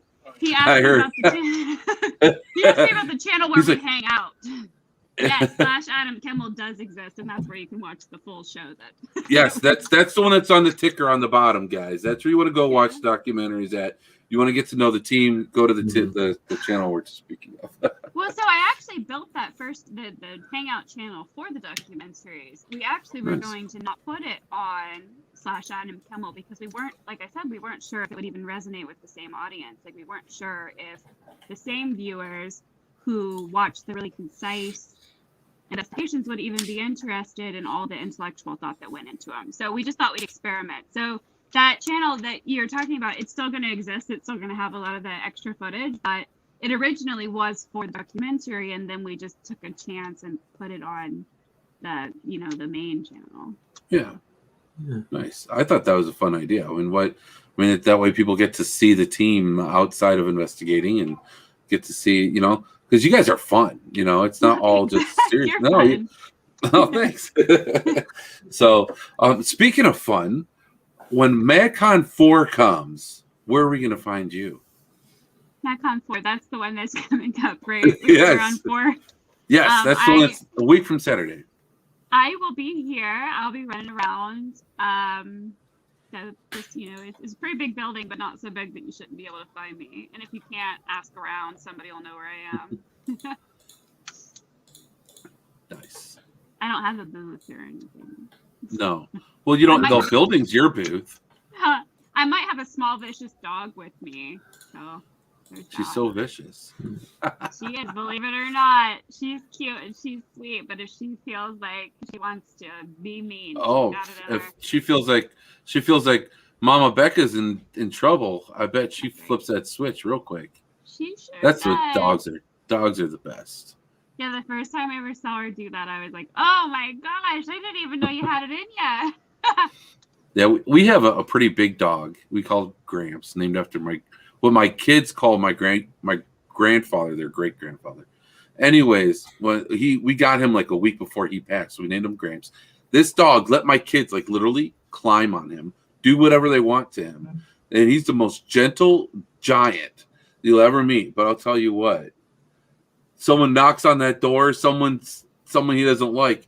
Man, that dog gets scary. I'll tell you what. Yeah, But he's the most gentle thing, and dogs are just so awesome like that. they are. So- They're very special. Yeah. Oh, so did you watch the documentary? I guess that means you did, huh? I watched the documentary. Oh my goodness. Brian, Well, did you watch the documentary? No, I did not get a chance yet. Oh, Tell me fail! what you think. We can give this away. It's okay. Spoiler alert for anybody who hasn't watched it. But I started to talk a lot about my heritage, and I grew up in Kentucky, rural Kentucky, in a very conservative upbringing, and a lot of my family is from Appalachia, so I really identify with Appalachia as my heritage. And I've been to like all these. Growing up, I went to things like healing ceremonies and like really intense church services, and like once when I was 3, I was at a snake handling church and like the ceremony. So in the documentary, I talk about why I became a ghost hunter, and the answer was to understand demons and how to get rid of them, because the way that I'd been taught to get rid of them wasn't working. And so I wanted to talk about that in the documentary because I felt like, as a paranormal investigator, a lot of people say they're looking for answers, but you don't usually hear what they say they've found. Like, some people will go their entire career saying that they're seeking the unknown and say that they don't find anything, which is fine, to each his own. But I started to examine what I had found and looked at myself from the beginning to, current times. And I was like, wow, what did I find? And the truth was I found change and depth of meaning in a way that I would have never expected. Like, I was a firm believer that anytime anything bad happened, it was demonic, and that was just based on where I was from, right?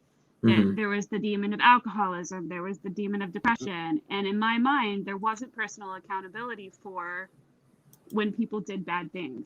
And what I learned as an investigator was a complexity that I was interested in exploring in the documentary, because, you know, in RU we talk a lot about how we have these experiences that are in very dark places, and we will say things like, you know, this person identifies, or this person is saying that they are dark and scary and demonic, but we don't believe that they are. And I was wondering, you know, if I explored that, you know, how deep can I go? If I get underneath this, how can I do that?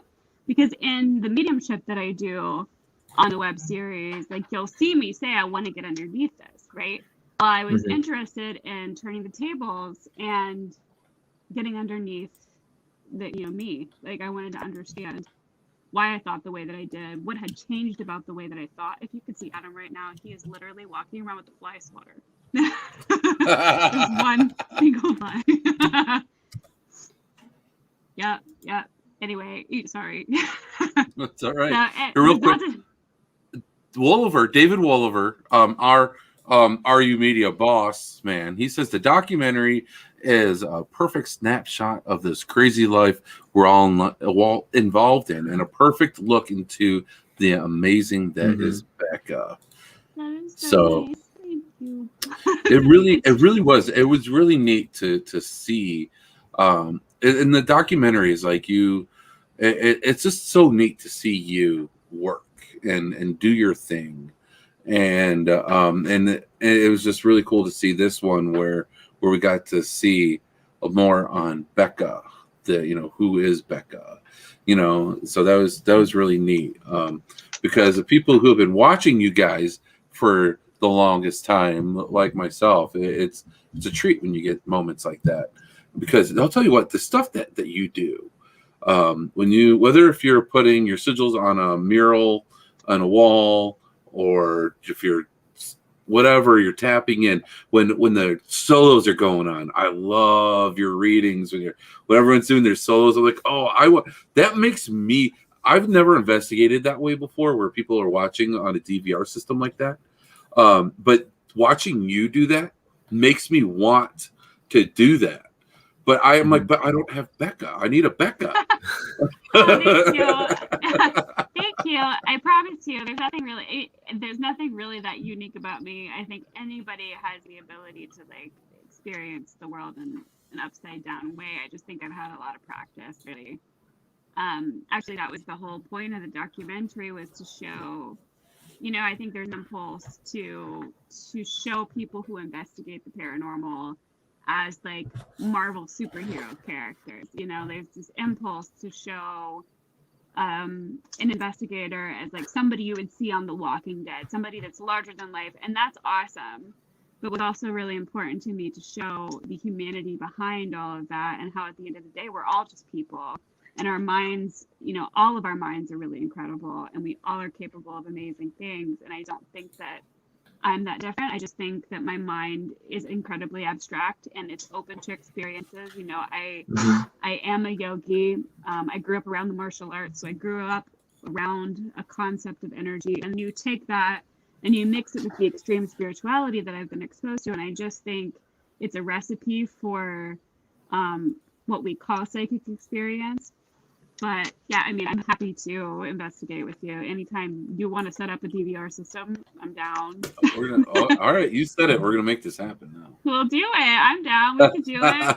All right. For sure. Yeah, I do say, I will say that I am often surprised by the correlations, because I do not go in with an expectation that I'm going to blow people's minds. That would make anybody, feel insane. That would be an uncomfortable expectation for anybody, because that, you can't predict things that are not scientific. You can't predict how things are going to line up. It's like trying to predict when lightning's going to strike. Right. So whenever I see incredible correlations, I'm just like, wow. So you guys are doing the live, right? You guys are doing the investigation, and you're doing your reading through the TV screen, through video. Meanwhile, they're doing their solo. And they have a video camera, and it's a DR60 recorder going, right?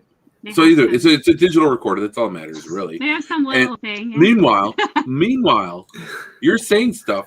You're capturing EVPs that go right along with what you're saying.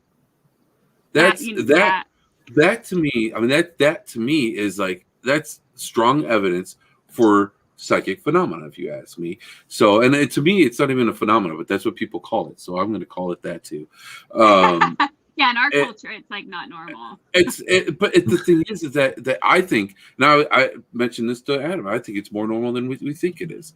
I think Yeah, that for whatever reason, the powers that be don't want us to be able. They don't want us tapping into this. They want us to be afraid of this for whatever reason. I mean, the church has made people afraid of spirit for how long? Making people think that they're talking to demons and stuff. Even in the Jewish religion, they turn mirrors around because they're scared of that they might see their ancestors that passed away. You know what? Why be afraid of that? Why be afraid of that? I wish I could take the idea of seeing my grandfather's reflection in a mirror and not being afraid of that. I wish I could treasure that. Yeah, You that's know? a really, really good point. It's so true, isn't it? Like, I think, and I don't know why this is. I don't know if I just got desensitized over time, but there was certainly a time when the paranormal was terrifying to me, really, truly. Yeah. Like, I would run through my house, run from mirrors. Like, I was definitely afraid of Oh. it. But now, I don't even remember what it's like to feel that way. And I don't know if that's a good thing or a bad thing, but, like, when I have experiences, my first instinct is like, sometimes I get jumpy. Now, there is a difference between being terrified and jumpy because, like, Adam can jump out and scare me. I'm not scared of him, but he's gonna, startle me. Yeah. But, yeah, I was thinking about that the other day because we're walking through Fairfield and this door just slammed behind me, and it shouldn't have. Like, if you really went, like, we went back and looked at this door, like, that's like not even like the door does open, but the opposite direction that it slammed, and there was no wind. But my instinct wasn't like, oh my gosh, I'm so scared. My instinct was like, did that really just happen? Like, so Yeah. I don't even remember what it's like to be petrified of the paranormal. And I like I said, I don't know if that's like kind of sad, like I don't get the scare, or if that's like what happens when you explore things that we don't know anything about long enough, and eventually I think maybe you learn something, but I can't even really define what that is yet, you know? Right. Yeah. Definitely. Well, I mean, the one way we like to describe it is just. He says in my new book, The doors kept opening. you should trust your instincts. Go for it. This is crazy, isn't it?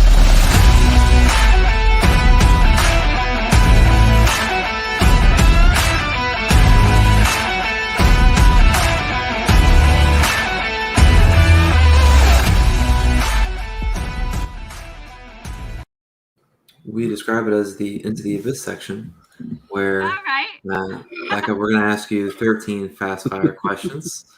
Answer them as quickly and as thoroughly as possible. All right, I'm into it. Let's kind of like Vogue, like, you know, we do that in Vogue too. What's that? Vogue magazine. They do that for Vogue magazine too. I'm into it. Let's do it. I don't know if I can talk. This about it, is- but I'll try. This is basically the paranormal version of Vogue. Oh yeah. Or Ellen. Or is Ellen like they're not supposed to talk about her anymore? I'm sorry. I'm very Ellen-esque. All right, let's go. Okay. All right, I'm ready. All I'm right. not ready. All I'm eyes ready. on you. I know. Perfect. All right. I'll give you number 1 and number 13 as a reference point. So number 1, the Gilmore Wallet is opening up, Becca, and he's creating a paranormal TV show just for you. What is your paranormal TV show called, and what is special about it? Oh my gosh, these aren't easy. Oh, okay. What's your symbol? And what was the other part of the question? And what is special about it? Oh, okay. So if we did this, it would be like this, like thing where you walked in and you like drew symbols on the wall, and then you like switch sides, and then you had to ask the other person questions about them, and I feel like it could get really intense. I love that. Yes. So Adam touched on this, different demographics and different states, different just ways to investigate. How do you introduce new demographics together to build a larger paranormal community? Oh my gosh, these are rapid fire questions. These are like depth of thought questions. How do you introduce different demographics? I think that you get a boxing ring or cage match, and you show each other. Like, I want you to. Everybody gets a screen, and then you show each other your investigation, and then whatever it turns into, like whether that's like hug it out, I guess. Honestly, our paranormal group has a no headshot boxing events every quarter, and that literally just made my night. But that's another rabbit hole. Yeah, that sounds like All fun. right. Oh my gosh. All right. So if you had to draw a picture to capture the essence of the paranormal, what would you draw? Casper. Only because that's the first thing that popped into my mind, and Casper is the first ghost I was ever introduced to, unless you count like more common. Pretty universal. Yeah. How do you get new people involved in the paranormal community? I think that we have to stop being a bunch of jerks. Like, I think people are too mean to each other online, and if people could chill out, other people would want to be a part of this community, but I think it's a little bit toxic at times. So my answer is be nicer. Amen. Why is it so important to express yourself creatively in the paranormal community? I think that it's important to be an individual in any community, and just as a human being, and the paranormal is no exception. And I think that people have to be more open to difference just in general in the world, and that also counts as like a paranormal thing. So yeah. Now you get to remake any scary movie regardless of the release date. What movie would you like to help remake? Oh my gosh, Scream, only because it's my favorite horror movie of all time, and I just kind of want to be a part of it, not because I would change anything. But if you had to change something, what kind of element or different spin would you have on there? I would change the ghost masks to a mask of like a cute little, I was going to say clown, but clowns are scary, so like something not smiley face. Oh yeah, people should have that in like a paranormal group, kind of like light up masks. Okay, Yeah. what is the best part of Madison Seminary? Oh no, the best part of Madison Seminary is the way that it feels. I love that. What is one place where you wouldn't want to do a solo run? Oh man, one place I wouldn't want to do a solo run would be Kids Place, because I feel like I would not want to experience the haunting of like a ball pit playground. That makes sense. What's the key to fostering a strong paranormal community? I think the key to fostering a strong paranormal community is listening to each other and not being so quick to fight and be pissed off that we don't agree with each other. Besides the boxing ring you just alluded to. Okay. Right, well, you know what? It'll be like the soft boxing gloves. Yeah.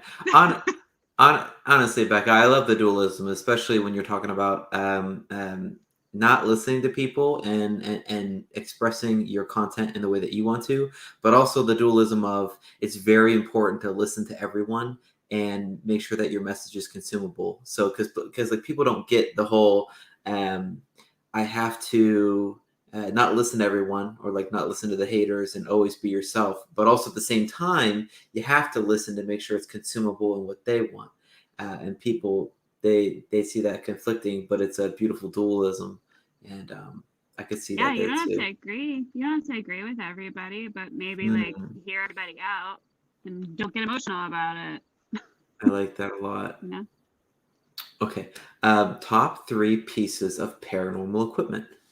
Oh no! Okay, well, mine's gonna be silly. I mean, not silly, but definitely different than what you usually hear, because I bet you usually hear the DR60, which is important. So I'll go ahead and say that's number 1. But I would say number 2 is your brain, and number 3 is just and this is also going to sound not like what people would usually say, but I just think a pen to paper for me.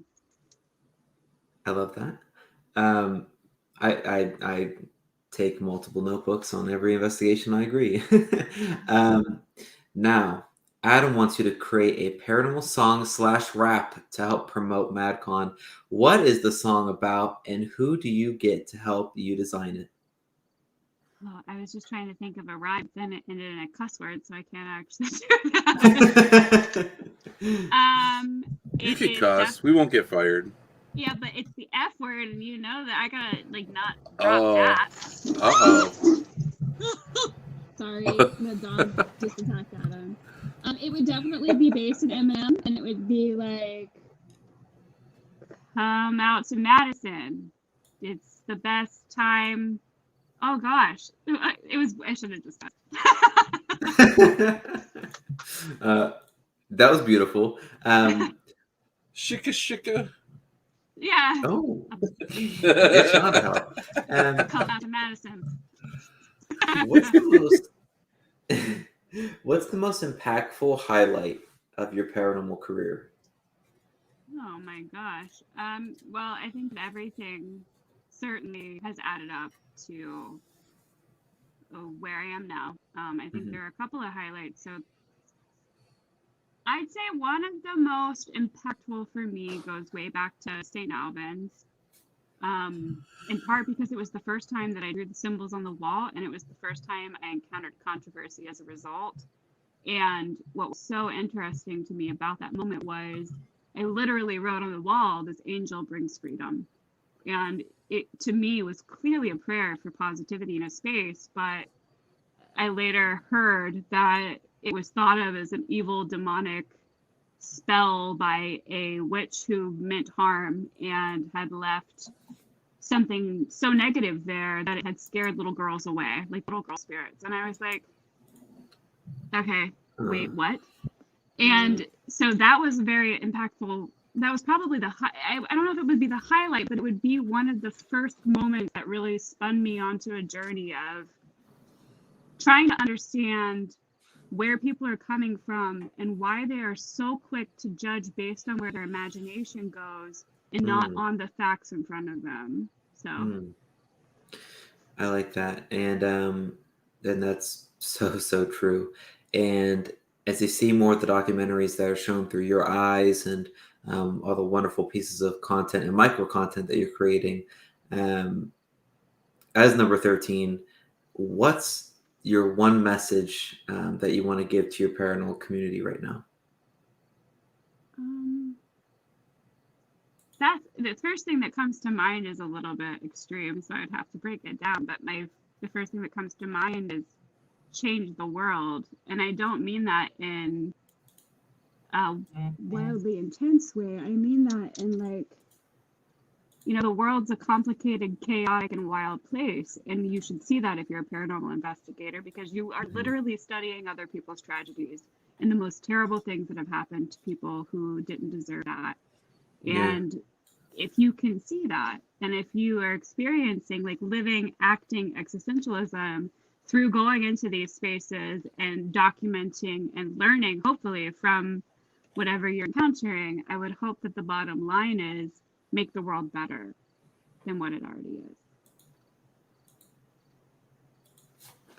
That was the Into the Abyss section. Becca, that was fun. Awesome. That was intense. Yeah. Oh my gosh. I got nothing on us.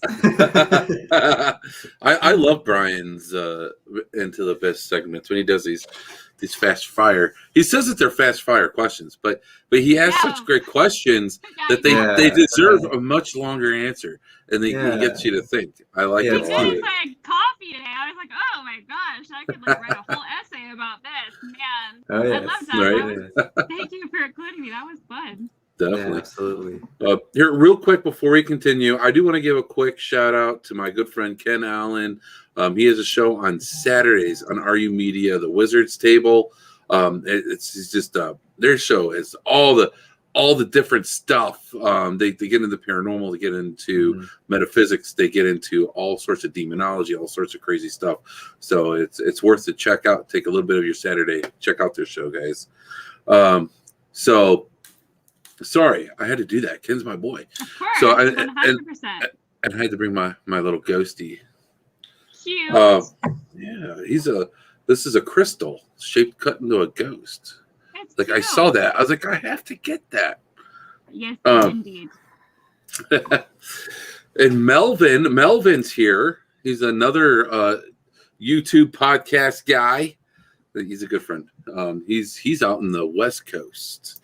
So thank you for tuning in, Melvin. Wow. Yes, always plug. We got to plug each other, David. See the boss.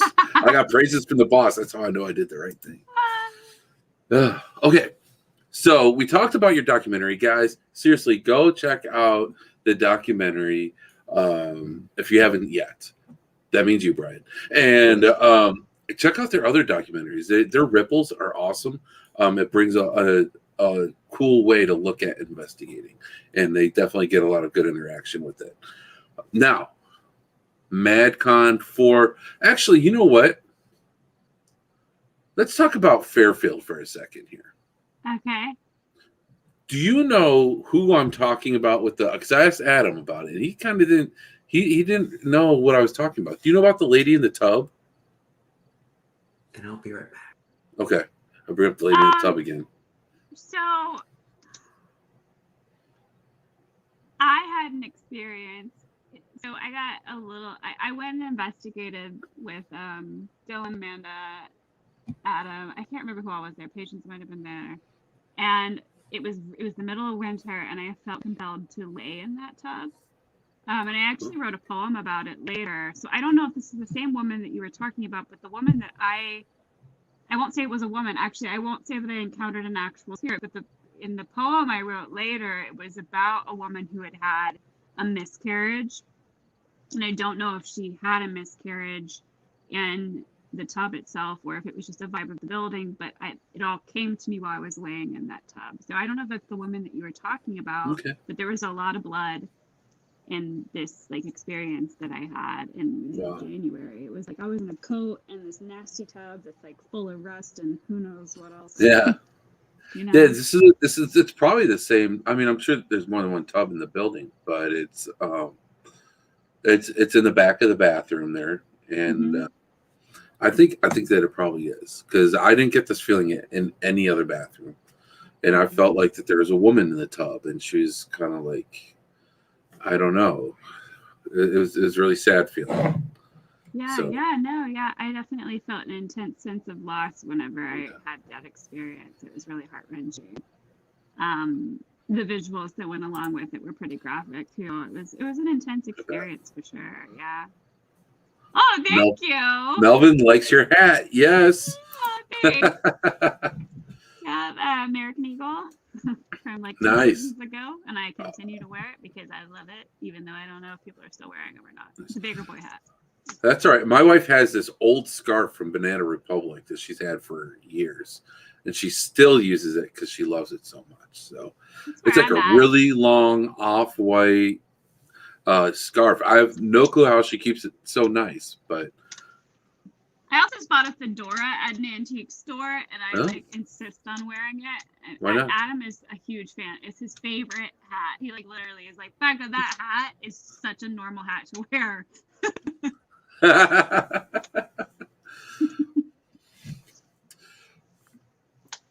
When it comes to these cons that you guys host, what is the thing that you look forward to most?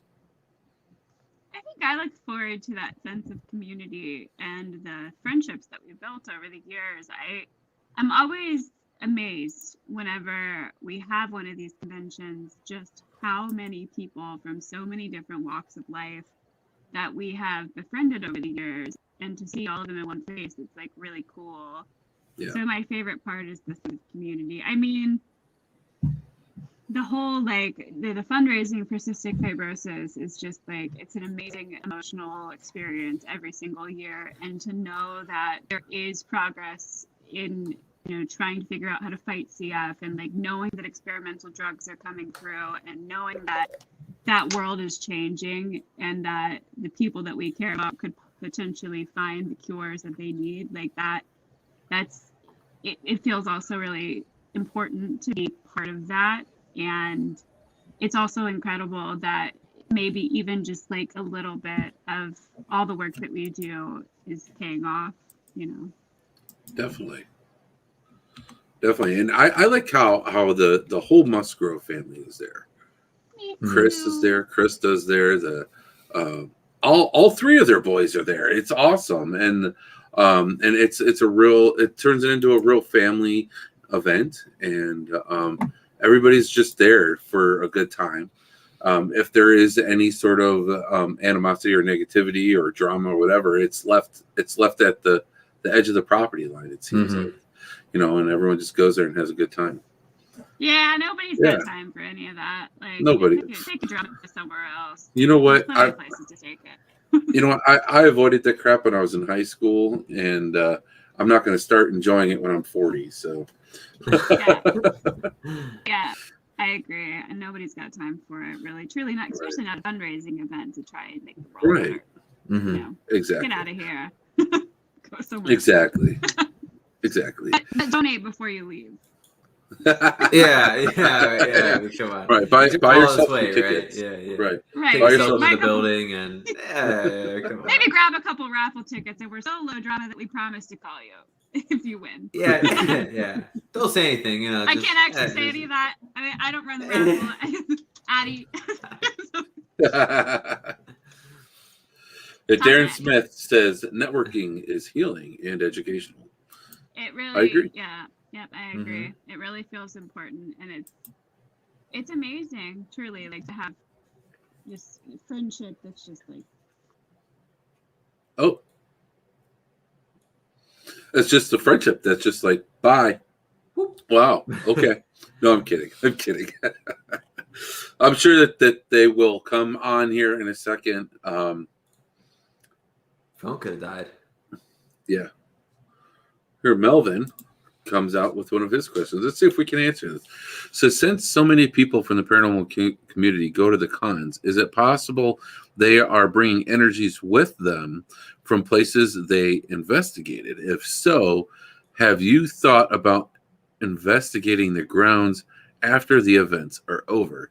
Now, you know what? Here's the thing. Like, I believe that people do bring energy. And when you have a bunch of people together with that energy, that's awesome. That's an awesome idea. And we're going to have Adam and Becca. Oh. I didn't hang up on you, I promise. It just crashed. I know. Didn't hang up, it was a crash. I was joking. Like, no drama, and then I hung up on them. Guys, things are all working. I'll bring her back here for you guys. Oh, no worries. Is it the last? At the end? Okay. Well, here, this is a good question for both of you. Okay, it's a question here. Yeah. Since so many people from the paranormal community go to the cons, is it possible they're bringing energies with them from places they've investigated? If so, have you thought about investigating the grounds after the events are over? That is a great question. Did you see that one? I did, yeah. There is a name for it. I call it taxi cab theory. There probably isn't their name for it. When we discuss it, is that when people come here, they're bringing maybe attachments with them that are staying at the property, right? Now, let's say that attachment really likes the energy of Madison or likes the energy of Fairfield and decides to stick around, because I guess the big question is, how do these spirits move around? In the afterlife, are we able to navigate anywhere we want in the world? Can we go anywhere we want? Maybe it's that easy. Or maybe they have to use someone over here to follow them and kind of guide them to where they need to go. You know what I'm saying? So there's two ways. There could be theories behind it. But at the con, I mean, you're bringing in a lot of investigators. Probably some of us do have some crazy attachments to us. Right. And maybe a lot of that energy does stay at Madison. That is an amazing question. And unfortunately, the day after the con, there is a private team that did book it. So I expect them to levitate with that kind of energy that's left. We'll see what happens to them. But that would be the case study to see that team on Sunday night. Yeah. Definitely. And Melvin, the guy who asked that question, has his podcast, Unexplained. Unexplained. We'll have to do it. He wants to get you on there. He's, you know what? His interviews they're a lot of fun, and he asks fantastic questions. He's going to make you think. He's going to make you think more than Brian makes you think. So, Oh no. I know. All right. I know. We'll have to set it up. We will absolutely drink your coffee. No, it's a good time. And And Eddie Pence has joined us, guys. All right. Oh, Thank you. no. I thought, wasn't he on the blacklist? Oh, my. Pence, brother. Yes. So, Adam, I asked Becca this. Yes. What's your favorite part of hosting these cons? The people, and obviously the cause. I mean, we look past the cause. The people. I'm Italian, not to stereotype Italians, because there's probably some really mean Italians out there. But like, I love people. I love connecting with people. I love the energy that comes off it. I grew up with big family reunions, everybody hugging, everybody talking, and I really like that. And it's almost like we've hijacked the idea. I sneeze. Oh, sorry, worst timing. Bless you. But we've turned the cons into like a huge family reunion, you know? Yeah. And I just love it. I love meeting everybody, and I love the thing about the whole tribe of people we have, or all these people. Is like some of us may not see each other for an entire year, but when we see each other at the con, it's like we didn't miss a day. And I really love all of that. So they would be the people. Be the people. That's what I said. Is that what you said too? I wasn't copying. But awesome.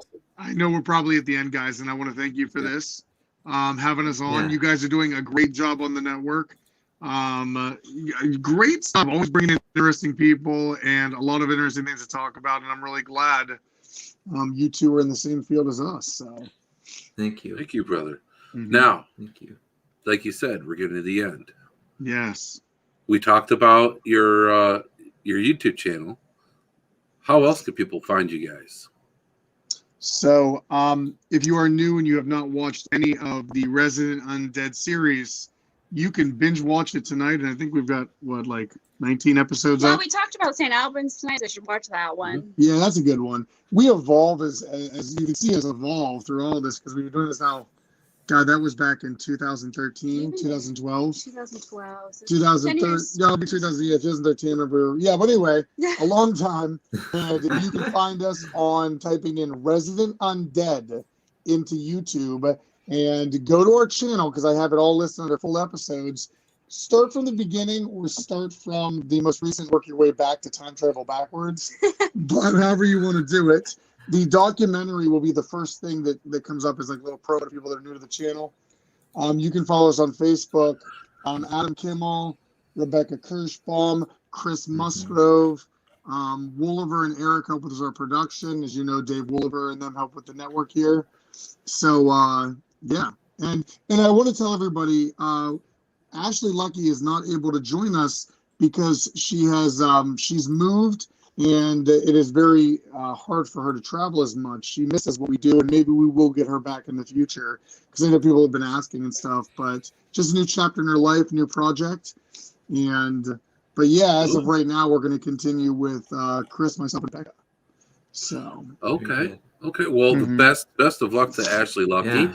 I saw some posts that she made. She looked very, very happy. She's very, very happy, And you know, like things come up in life. It's like the way we run the Mad Crew. You know, if you can show up, you can. If not, you know, Sean, if I see you and Brian, I see you again, we'll give you a big hug. Even if it's been a year.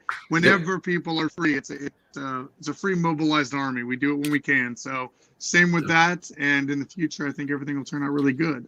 So definitely. Melvin says RU has had a nice growth, definitely matured for the better.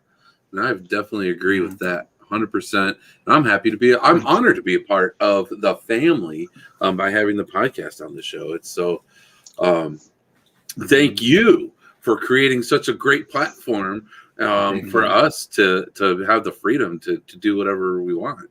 We appreciate that. Absolutely. I think it's great. And like I said, I really do mean it. You guys are doing an incredible job. Dave never has anything bad to say. It's always positive stuff. Eric, and it's awesome. I look forward to the future guests you have and what's going to happen. So thanks, Adam. Thank you. And you know what? This is a good way to close it out. Mama Centauri, she just left a book here for us to read. Let's read it together. I just wanted to mention that there were 5 of us at Madison the other night. We all saw ectoplasmic formations in the attic and the upper floors. We also looked on this white mist and that passed them in the attic. It was a lot. You know what? I had that whole attic when I was up there. I seemed like the whole building moved, and I had one of my my crystals actually break in half when I was up there. Yeah, It's the definitely attic of the yeah, it was weird because I was there that night. Kathy and Tony were here. They had some friends that were investigating. Kathy was so drained she couldn't join the investigation. She was sitting in the middle building with us just chatting. And that had an effect on her. And yes, yeah. It's Madison Seminary. I know like it's been investigated so many times. The place will always surprise you. Like I was telling the team tonight, don't put your guard down. Like it can go from quiet to 60 real quick. So real quick. I'll tell you what, when Brian and I went there and did our solos, I literally had herbs in my shoes. I'm not lying. I went in protected, man. I went protected to the max. I know what Madison can do.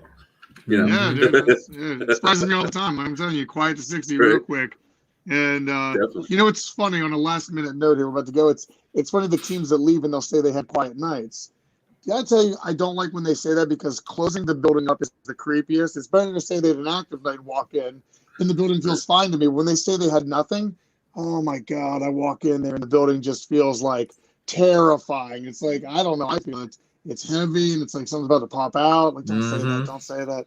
You had a quiet night. That means the building's waiting for me to close it. And Shelly can say, Shelly knows. Like, there's some nights she's left lights on her door. There's some doors open. She's like, I'm not going back in there. But so thanks to the teams that say that. Thanks a lot. So, but anyway, thank you again, gentlemen. It was great talking to you. Hey, thank you guys so much for coming on. Guys, again, make sure to go check out Resident Undead on YouTube. Make sure to go to MadCon 4 coming up a week from Saturday at Madison Seminary. And go to the Facebook event page because they have all of this stuff. You can, even if you can't go, you can still get raffle tickets. You can still win prizes and make your donations and make your difference with CF. So make sure you go ahead and do that. And, man, thank you so much, Adam and Becca, for coming on and hanging out. Great chat. Thank you. Well, thank you. All right, guys. Thank you. Bye. Hey, thank you. And with that, everybody, I hope that we helped you over this hump day and help you guys slide on down in the weekend. Stay safe, stay healthy, everybody. Have a great one. And we will see you guys a week from Wednesday. All right, everybody. Have a good night. Like I said, stay safe and healthy. This is our paranormal podcast because this is our paranormal community, and we want to support you here on RU Media Network. Wrong one. I was just kidding. Now we're going. This paranormal adventure that we're all on, it connects us. This is our paranormal community. This is our paranormal podcast with your host, Sean Gilmore. He's worked in the paranormal field for 10 years. He was featured on the TV show Paranormal Survivor that airs on Travel Channel. His passion is creating para-unity. With your host, Brian Mursell. He's worked in the paranormal field for 7 years. He leads his own paranormal team. He wants to help people start their paranormal adventure or grow their existing one. This is our paranormal adventure. This is our paranormal community. This is our paranormal podcast. It's about supporting. It's about making para-unity a real thing because we all need to support each other within our community. And that's what the show has always been about.